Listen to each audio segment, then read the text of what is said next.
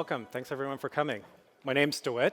And my name is Ryan. And we're product managers on the Google Cloud team. Before we get started today, though, I wanted to sort of poll the audience, mostly because it's this afternoon and people are probably feeling a little sleepy. So how many of you are running Kubernetes in your organization today? Or planning to run it like Whoa. soon? That's pretty good. We had a really good joke, and I was going to say, you with your hand down, wait 6 months, you're going to put it up. But I don't think we get to use that joke. So. And then how many of you are running serverless today or using a serverless platform? Good. You all came to the right place. All right. Well, this is going to be exciting. So today we are going to talk about two things we know you're all excited about. That's Kubernetes and serverless.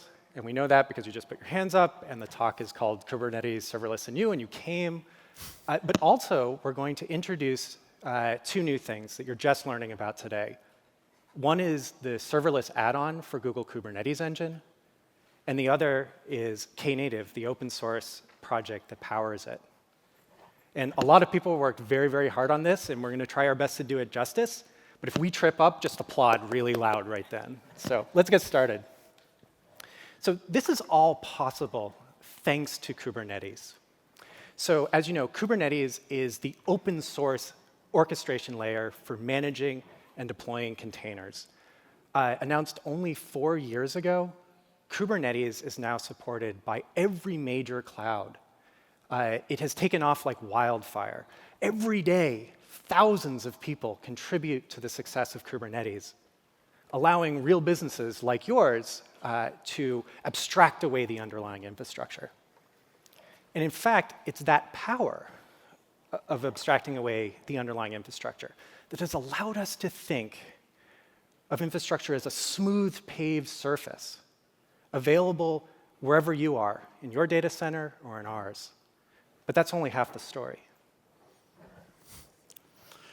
The other half of the story for today is serverless, which is fundamentally changing the way that developers approach building applications. Some of you in the industry may think of serverless as only meaning functions, but there's so much more to the promise of serverless than just running snippets of code in the cloud. In fact, we at Google see serverless not just as compute, but as a whole stack that allows developers to focus on what really matters, that core nugget of business value, and not have to be concerned with the complexities of the infrastructure that runs that code. In fact, Google has been working on serverless for more than a decade. 10 years ago, almost exactly, it was April, I guess, we launched App Engine, the very first platform as a service, and the very first Google Cloud, or sorry, one of the first platforms as a service, and the very first Google Cloud product. Since that time, over the last 10 years, we've continued to innovate, providing a number of additional serverless solutions. And today, we were very happy to announce the general availability of Cloud Functions. That's super exciting. But there's so much more to serverless. This is just a journey that's still beginning. And I'd like to unpack a little bit what the promise of serverless really is. What do we see it as? Now at Google, we like to joke that serverless is about no servers. And obviously, there are still servers running in data centers somewhere. But it's about making sure that developers don't have to be concerned with what those servers are, what that infrastructure that underlies your application really is. If you want to, bring a container, deploy a function, or just an application, you should be able to do that regardless of sort of what the underlying platform is that it will run on. It also means being idiomatic, which is another Googleism, I think, which is really to say that it's native to you as a developer. It's meeting the developers where they are. So if you're a Go developer, you should just be able to be a Go developer. You shouldn't have to learn a bunch of quirks in a system. If you want to be a Node.js developer, just be a Node.js developer. Don't worry about how to integrate with the platform. And then the third promise is about being event-driven. Today, if you want to wire up a bunch of different systems, you typically end up hard-coding those systems together, putting all of that logic into your code instead of being able to declaratively bind things through an eventing framework. And we at Google see one more promise here, which is that serverless really should be keeping you free of vendor lock-in.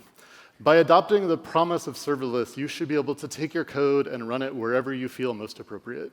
If that's in an on-premises data center, a third-party data center, or in the cloud, you shouldn't have to choose. You should be able to keep using the framework that you're using. So Kubernetes and serverless, if you think about it, are kind of two sides of the same pursuit. Two things that go great together, like chocolate and peanut butter. Unless you happen to be allergic to chocolate or peanut butter, and then it's absolutely nothing like that. But what Kubernetes does for the operator, hiding away all of the sort of complexities of the underlying infrastructure that you're running on and allowing the smooth paved surface, serverless does for developers, allowing them to not be concerned about the platform they're running on and just focus on the core value of the code that matters. And in fact, we at Google believe in this so strongly that this is the future of the way that compute should be run, that this morning we were happy to announce the GKE serverless add-on, which brings all of the wonderful operator friendliness of Kubernetes and all of the developer friendliness of serverless together into our Google Cloud Platform. So the benefits of using the serverless add-on. Number one, it's easy to start deploying with less code. Today, if you want to deploy an application on Kubernetes, you have to deal with a bunch of configuration, you have to write all of that and check it in. The serverless add-on makes this much, much simpler, and I'll show you how in a little bit. It also makes it easy to run a serverless-style workload, being able to go from source all the way to a deployed container with a URL in minutes. It automatically deals with all the network programming, all of the provisioning ingress, and all of the different layers inside Kubernetes that you used to have to deal with before. And it helps auto-scaling. And you might be telling yourself, hey, Kubernetes already auto-scales. Why is he talking about this in context of the serverless add-on? And you're right, Kubernetes does scale. But the serverless add-on makes it scale better, and it makes it scale in a way that Kubernetes doesn't today. We can actually scale your workload all the way down to 0, which lets an operator in your company pack more applications into the same cluster resources and have everything continue to run really well. So now that we've introduced the serverless add-on, let's actually show it to you in action. If we can switch over to my laptop, I'll be very happy. Good. So the very first thing that we need to do is stand up a cluster with the serverless add-on installed. And this is an alpha that we're talking about today, so you'll see I'm using the alpha parameter in gcloud. But we're just going to go create a new cluster and enable the serverless add-on. And, let's see if this works. Aha, there we go. So I get a couple warnings about defaults that are changing, but that's fine. Meanwhile, I'm going to go switch over and use a cluster that already exists so that I don't have to sit here and watch that little thing spin for a second or two. I always like to get started with a new platform by taking a look at a hello world. So I have a simple hello world application that I've written in Go. It really doesn't get any simpler than this. If you can come up with a simpler hello world, let me know. And then I created a Docker file because the way that this works today in alpha is that it requires me to have a Docker file and deploy a container. So this is just a very idiomatic or native Docker file. In fact, I just searched for a Docker file for Golang and got this and used it.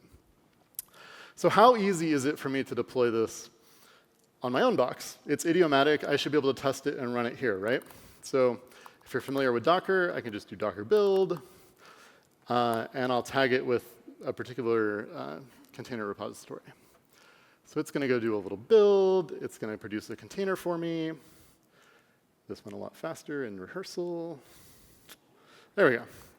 And I'll just run that container real quick so that you can see what this application does. You'll see it outputs a little bit of log. And if I go here, you guys should have caught what I did wrong. Come on. I need to expose the port in Docker to make sure that this actually works. All right. So they're very simple. Just hello world. Welcome to GCP Next. Hey, it works. Man, if I could get you guys applauding at the fact that I took a Go app and built it in Docker, I'm set. This is good. OK, but now let's do the same thing and actually run this in my serverless add-on cluster. So I'm going to run the gcloud serverless command, and I'm going to say I want to deploy a service, and I'm going to specify the image that I built. And if you're paying attention, you'll notice I didn't push this, but that's just to save time. I pushed this image earlier. So gcloud's going to ask me what do I want to name this service, and it provides a nice suggestion of hello world. I'll take it. And now it's going to go out and do all of the lightweight provisioning that's required to stand this up inside the serverless add-on. And hopefully this doesn't take too long, because again, in rehearsal, I went really fast. Done. Cool. All right. So now I have a URL, which is actually out there and live. And if I hit this, you'll see, hey, there's the same sample running out of my Kubernetes cluster. And you'll notice I didn't have to deal with anything in Kubernetes. I didn't use kubectl. I didn't create a manifest. I don't look at YAML. But let's actually go look at the YAML and see what happened. So the serverless add-on installs a few CRDs that make all of this possible. The first one I'm going to look at is the service CRD. So I'm going to do kubectl get service.serving.native.dev. If you have feedback on the name, go to GitHub. So what this is going to do when it finally loads. All right, there's just my hello world sample. I'm going to dump the YAML real quick just to show you that there's actual YAML behind it and point out a couple things. There's a bunch of status conditions on how the service has changed, but simply here's the spec that it got created. So it defined a concurrency model for me that my container supports multi-concurrency, and it just points at the container image. Really, really simple thing. And it has the domain for where I'm being served from and the revision. So what's a revision? Well, the revision is actually another one of the CRDs that we published. And revision is the immutable state of my application. So it's tying all of the configuration details and the actual container image together into an object inside Kubernetes that describes it. And as I continue to make changes, it continues to snap new revisions. So it's easy to roll back or to split traffic between multiple revisions or deal with these sort of multiple deployments that you want to. And then the last object that I'm going to show you is the route. And what the route does is it is another CRD that just connects between the outside world and the revision that's running inside my container. In this case, it's using HTTP to route from that hello world domain that was published to the particular revision. And it's always pointing at the latest revision by default. But if I wanted to point it at a particular revision, I could do that as well. All right, let's do a little bit more advanced sample. So this time around, I have written an actual guest book where you can post a message and see it online using Cloud Data Store as the backend. And it just exposes two little APIs in a very Go-friendly style of doing that. And it serves some static content using the HTTP file server object. But this time around, I'm going to pretend that I don't have Docker installed. And I'm going to say, hey, I have this code. How do I actually go about building that code and having it run on the service? So again, I create a Docker file, a very simple one that installs some dependencies. And this time around, I am going to get in and build some YAML. So I'm going to define a service like G-Cloud did for me automatically. And I'm going to say that my source code comes from this particular Git repository, and I want to use the master branch. And then I'm going to use the Conoco build template that's baked into the serverless add-on and have it build that code for me and push it into this container registry. And then I wanted to deploy that container into my code. And so I'm going to do kubectl apply. And if I go out and get my pods, you'll see there's this new pod that isn't a deployment pod. That's actually the build pod spinning up. And I'm going to go out and take a look at Stackdriver, where, of course, because this is integrated with Google Cloud, Stackdriver is automatically plumbed through as well, so I can see what's going on. And I'm going to search for build in my logs. Hopefully, I'll see the right logs. Oh, maybe I'm not streaming, that's why. Yeah, there we go. All right, so here's a bunch of build output, and you'll see it actually ended up pushing the container. Now, ignore the fact that everything shows up as a warning. Like I said, this is an alpha. There's a few quirks to work out. That might be one of them. All right, if I go back here, get my pods again, the build is done. You'll actually see I now have a deployment, and I can go to my guestbook application. And if everything works right, I should see some guestbook entries here.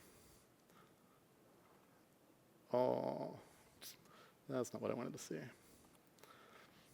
Oh, all right, I see what I jumped the gun. It wasn't actually running. Now it's running. Let's try again. Ah, there we go. Now it actually works. And just to prove it, I'll post something and you'll see it show up. Cool. Now, that's neat. Let's see what happens if I actually throw some load at it. So in this window, I'm going to use watch kubectl get pods. And you'll see right now I have a hello world pod and a guestbook pod. And I'm going to run a little script that's going to throw 10 queries, or 10 threads and 250 queries at this thing. And you'll see that the serverless add-on is responding to the load by scaling out the containers that I have here. And it's going to make sure that all of those requests are satisfied as fast as possible by spinning up as much capacity as it can inside my cluster.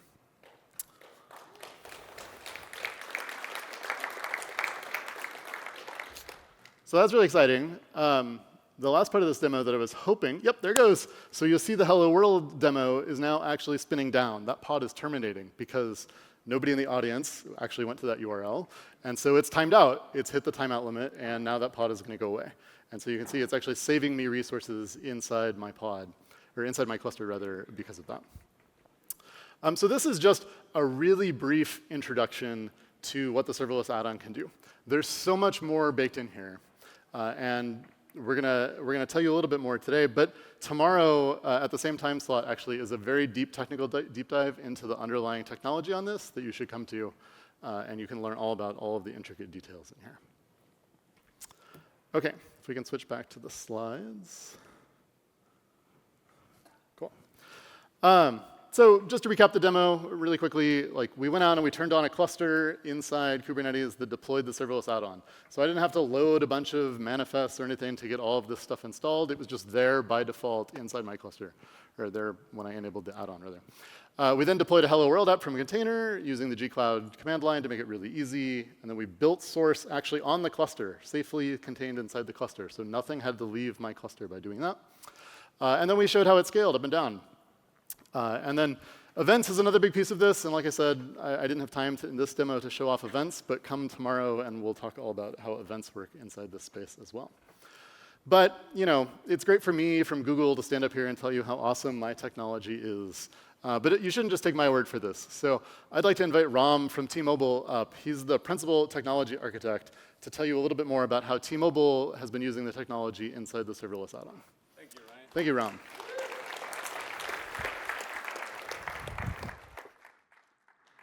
Thank you, Ryan and Dewitt, for having me here. First of all, huge congrats on the milestone.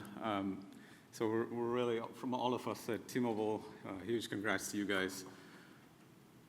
So choice of running the workloads in different clouds is important for us. So when the Google team asked us to test drive the serverless add-on, we couldn't be more excited. So what I want to do in this next couple of slides is talk about a use case that we picked to test drive the serverless add-on. So basically what you see in here is we have this experience called Store Locator. Pretty much as you can guess, this is used by our customers to see what stores are nearby, and so they can call the store or even get directions so they can go out to the store and buy services. So just to tell you a little bit about the service that's in production today. It's basically a Java application that is containerized and running in our Mesos Marathon container platform. Not only we had to build the service, we also had to write code to actually collect metrics and the metrics to a time series database.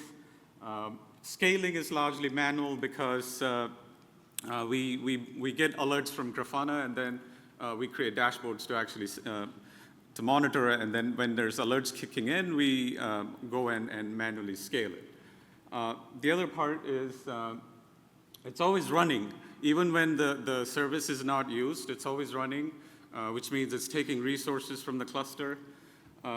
So, those are some, if it's not used, why take resources, right? You could use it for other workloads, as I think Ryan had talked about previously. The last bit here is there's a lot of investment that's gone into CI/CD to get proper pipeline wired up to go from dev to all the way into production. So we thought this was a great use case because it's not like always people are not always using it. Usually when you have to go to a store, so it fits perfectly for serverless scenarios. So what did we do? We basically ported the existing code, which is a big Java application, we ported that, just the logic required, the business logic, into Golang functions. Because we were building it on top of the serverless add-on, we didn't really have to worry about writing creating the metrics, sending the metrics to a time series database and whatnot. We didn't have to worry about log collection. We didn't have to worry about scaling, auto-scaling. And our devs just had to focus on just bringing the business logic over. We finished this project in literally a 2-week sprint, which was kind of cool. Getting a little bit deeper into the architecture here. So as you can see from this slide, we basically took the business logic code and split it into 2 functions. One is the indexing piece, indexer function. What that does is it takes the store data and puts it into an Elasticsearch index.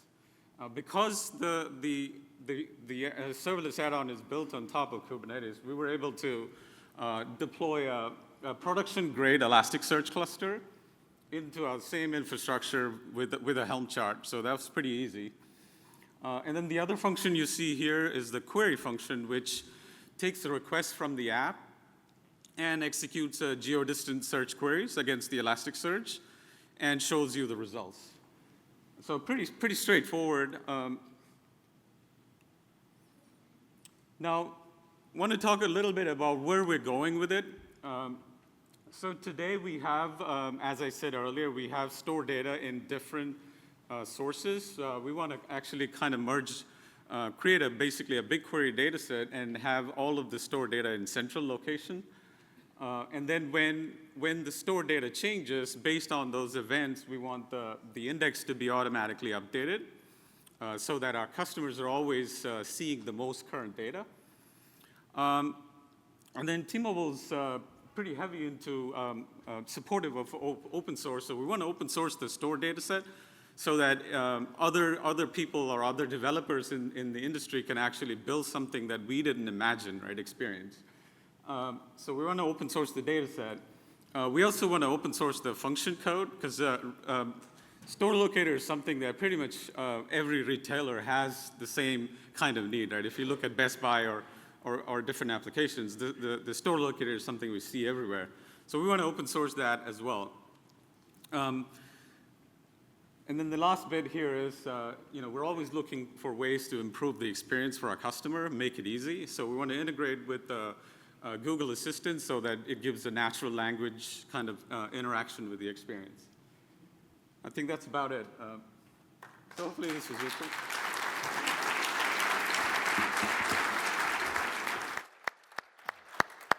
Thanks, Ram. It's been a pleasure working with you and the T-Mobile team, and we really appreciate your passion around the serverless technology that we're building here and where we're going to go in the future. And I can't wait to see where you guys take this stuff too.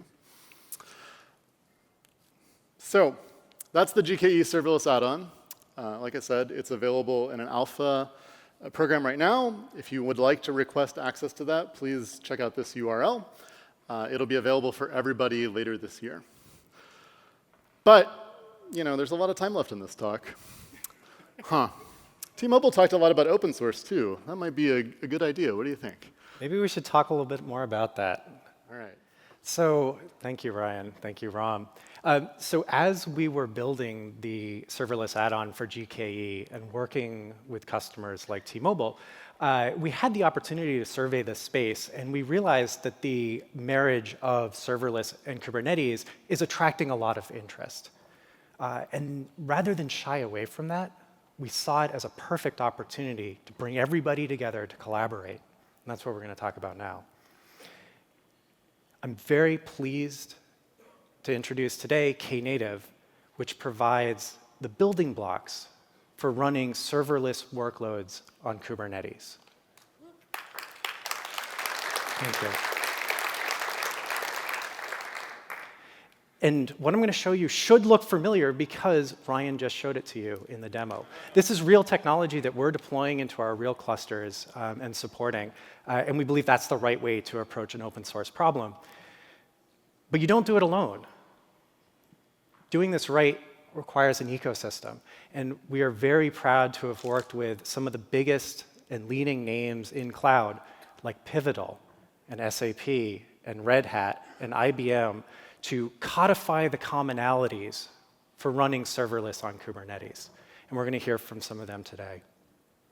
Before I get started, though, I want to sort of show you the landscape and show you where in the overall stack we think that Knative fits in. So we start first with Kubernetes.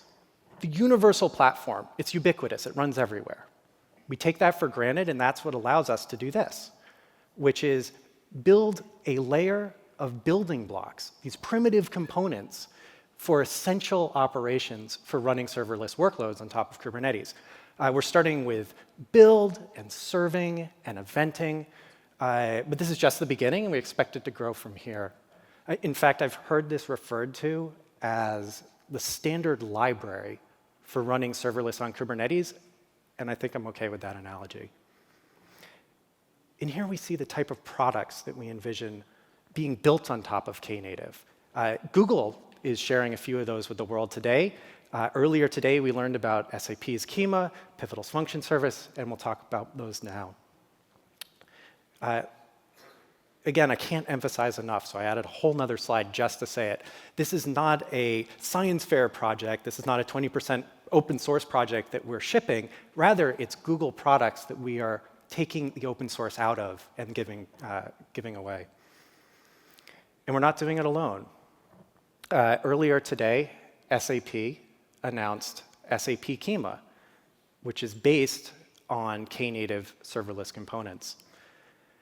And they say that Knative will further enable SAP to accelerate enterprise serverless and event-based applications.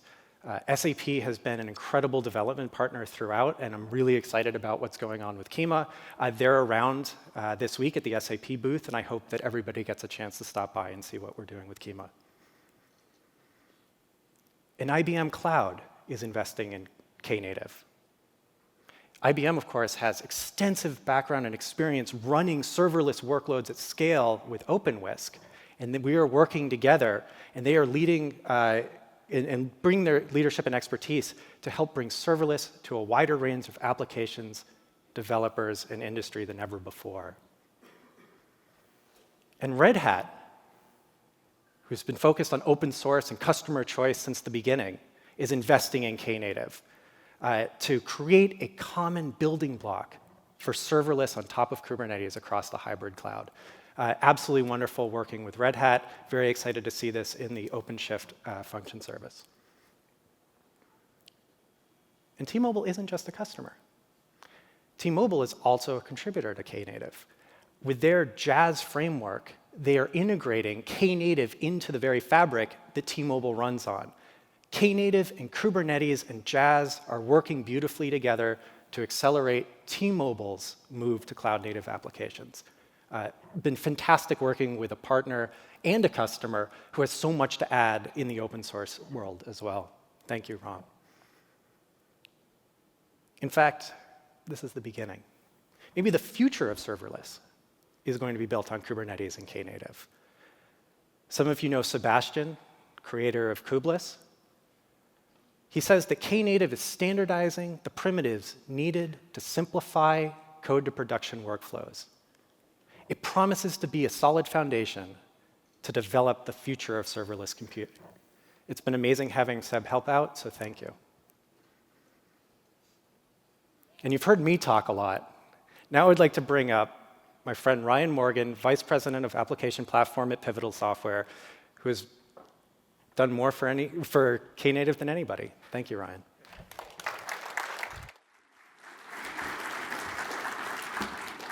Thank you, Dewitt. It's been fantastic working with you and the team, and I'm excited to share with you our experience around Knative and where we see it going. But first, why serverless? I think judging by the number of hands I saw earlier, maybe I don't need to explain this. But at Pivotal, our mission is to transform the way the world builds software. Part of that is being able to deliver the right compute abstractions on the cloud of your choice for your workload. The top thing on there, for functions, we view that as a really important enterprise use case. And it's an area that we've been invested in fairly heavily, and it's a problem that we want to solve for our customers today. Then why Knative? About a year ago, Pivotal partnered with VMware and Google to bring Pivotal Container Service to market. Pivotal Container Service was a enterprise-grade Kubernetes distribution that's deployable to vSphere and has the promise of constant compatibility with GKE. We view Kubernetes as a great platform for building platforms, and from that we started Project Riff.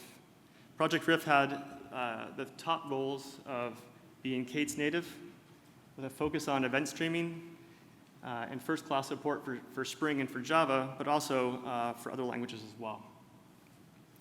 One thing we've seen is when you reduce the scope of concern for developers, it allows them to be more productive. As the stewards of the Spring framework, we've seen this with Spring Boot, and Functions just takes that one step further. But as we were developing Riff, we quickly realized that there are some missing pieces. There's a lot about container builds, things about incremental deploys, auto-scaling, and things that we weren't concerned with at the beginning. And at this point, we were introduced to Dewitt and his team working on Knative, and we realized that Riff and Knative were very complementary. The things that we were working on really fit in well with the plans that they had for Knative.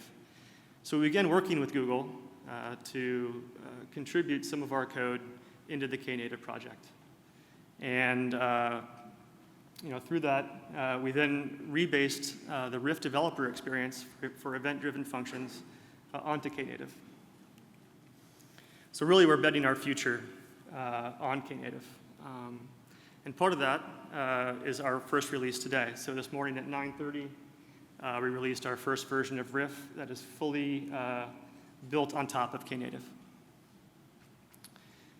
I also wanted to go into a few of the contributions that we've made to date.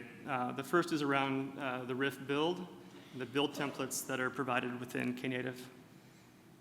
Through our experience in Cloud Foundry, we have a lot of experience with build packs. Build packs offer the ability to just push your code, and from that, generate an image that's then runnable. Build packs are very easy to write, and there's been quite a bit of success with build packs in the PaaS world. We're very excited to see what that might bring to Knative. The second is around Riff and the topics and the eventing that we're working on there, and the contribution of that into the channel abstraction within Knative. What that does is it provides not only functions, but also applications with the ability to publish and receive streams of events for event-based functions. If you follow Pivotal, you might hear us talk about the value line. The value line is the point in your architecture where changes below that line are not delivering value to your end customers. We feel that concept applies in open source as well. And in this case, the building blocks that Knative provide on top of Kubernetes allows you as developers to worry less about infrastructure and focus more on your code. So for Pivotal, this all means, this really comes down to a new product called Pivotal Function Service. This will be deployable and runnable on Pivotal Container Service, and will provide a common function abstraction across any cloud or on-premise. It will have strong support for Java and for Spring, but also will support other languages as well. And like all Pivotal products, we'll have a strong focus on day 2. And most importantly, these are all built upon components that are built within Knative. So this is all very new. This is obviously day 1, but we're very excited about the future of Knative and look forward to working with you all in the community. Thank you.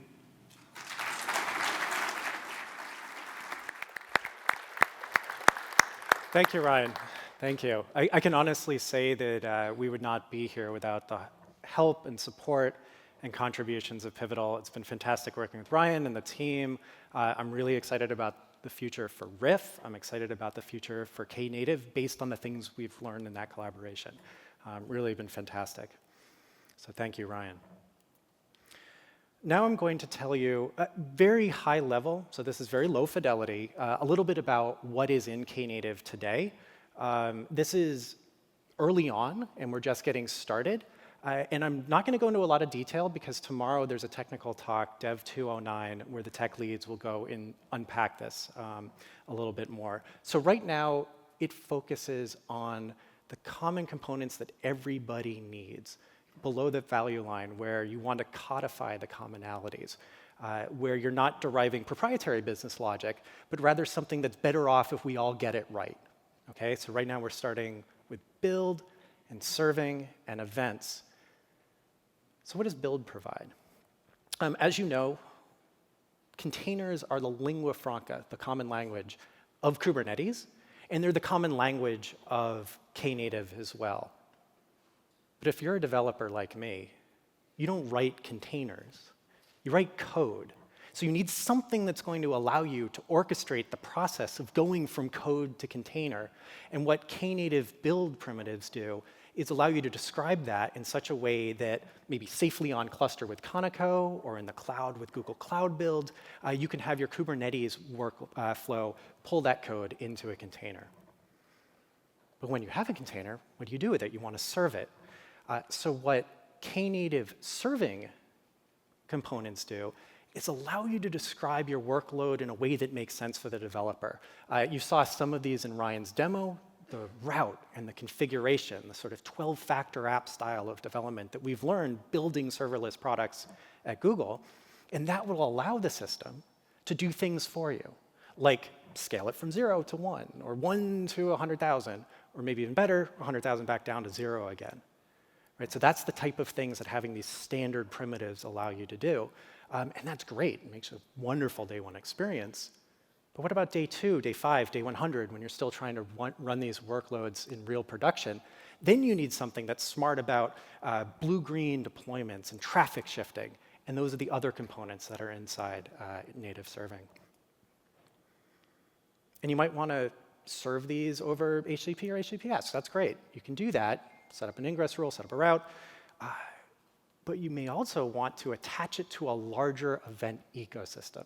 You may want to attach it to a Git commit or something being flowed off your CI/CD pipeline. And what the Knative eventing primitives do is allow you to describe in a developer-friendly way the binding from event producer to event consumer and provide the underlying infrastructure to make that happen. So I showed you what's in the box. But let's talk a little bit about why we made those choices and how it got in the box. So there's some core principles that the development team uses. The first is it should be idiomatic. And by that I mean, let's take, for example, Kubernetes. If Kubernetes has a way of doing things, if it has a standard native way, we'll do it that way. We won't reinvent the wheel with Knative. It should layer naturally on top. You saw the kubectl demo, where the exact same command line works against Knative as well. And also, we shouldn't have you get a PhD in Knative to use it. We should meet you where you are. If you're a Node developer who writes Docker files, we should be able to take your existing idiomatic Node code and your existing idiomatic Docker files and run them and serve them with all the advantages that you would get. Second, it should be extensible. I showed you these layers of loose coupling, build and serving and events, and you should be able to, in your products, pick and choose among them. You may want build, you may want all three, but it also should be pluggable at the bottom. We saw a demo where it was wired into Stackdriver. You should be able to pull that out and put in an elk stack. Do whatever you need. So we should make it extensible at the top and pluggable at the bottom. And then lastly, and I sort of struggled to find the right word for this, but it should feel organic. And by that I really mean we should start from the bottoms up and codify the commonalities, the stuff that we all agree on that need to be there. We shouldn't be inventing new things that feel rough. We should do the things that you want in order to have a stable platform for the developers in your org. So let's talk about those developers. Many of us in this room are that persona. We write code all day, and that's what we should be doing for our businesses. These APIs are designed for developers. They're designed to make a developer's life easy. They're designed to provide a serverless experience on top of Kubernetes. But how do they get that system? Well, operators. Operators provide these systems to developers. In fact, you met an operator earlier today, Ryan, who's operating the serverless add-on for GKE. And your organization may have teams of operators who are deploying these things for your businesses. And maybe all of us, hopefully all of us, will also be contributors.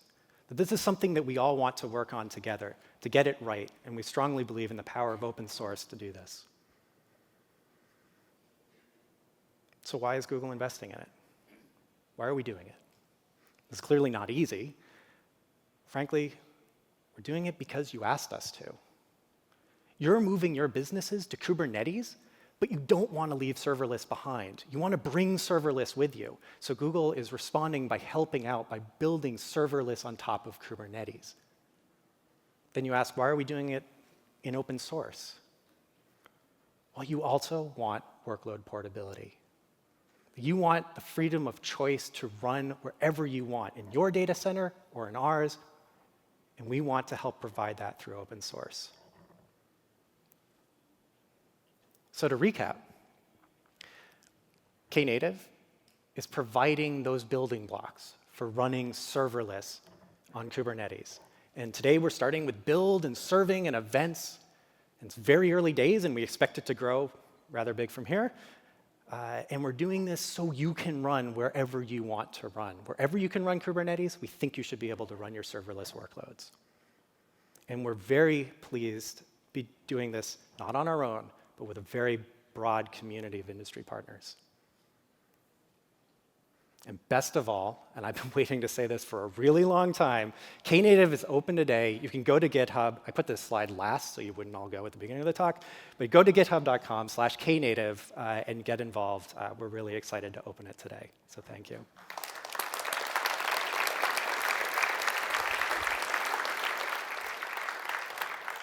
Thanks, Dewitt. Oh, thanks, Dewitt. So that was amazing. I can't wait to get started with Knative. Thanks. Oh, wait, I already did get started with Knative. If you want to get started using this technology today, please go out and sign up for early access to the serverless add-on. I will be sending out invites when I get back from Next, and we have everything ready to go. Yep. And of course, you can go learn more about Knative today at that URL, and go check out the GitHub repository. And you can install right to any Kubernetes cluster. In fact, somebody submitted a pull request in the last 4 hours that shows how to do yet another install flow on a Kubernetes. So super exciting. Everybody's already getting involved. Yep. And of course, this isn't the only talk about this while we're here. Please check out tomorrow, especially at 4:35, the Dev 209 talk with Vile and Mark, who are hanging out back there, to learn all of the technical details, well, some more of the technical details behind Knative, as well as a number of other serverless talks about where Google is going with serverless today.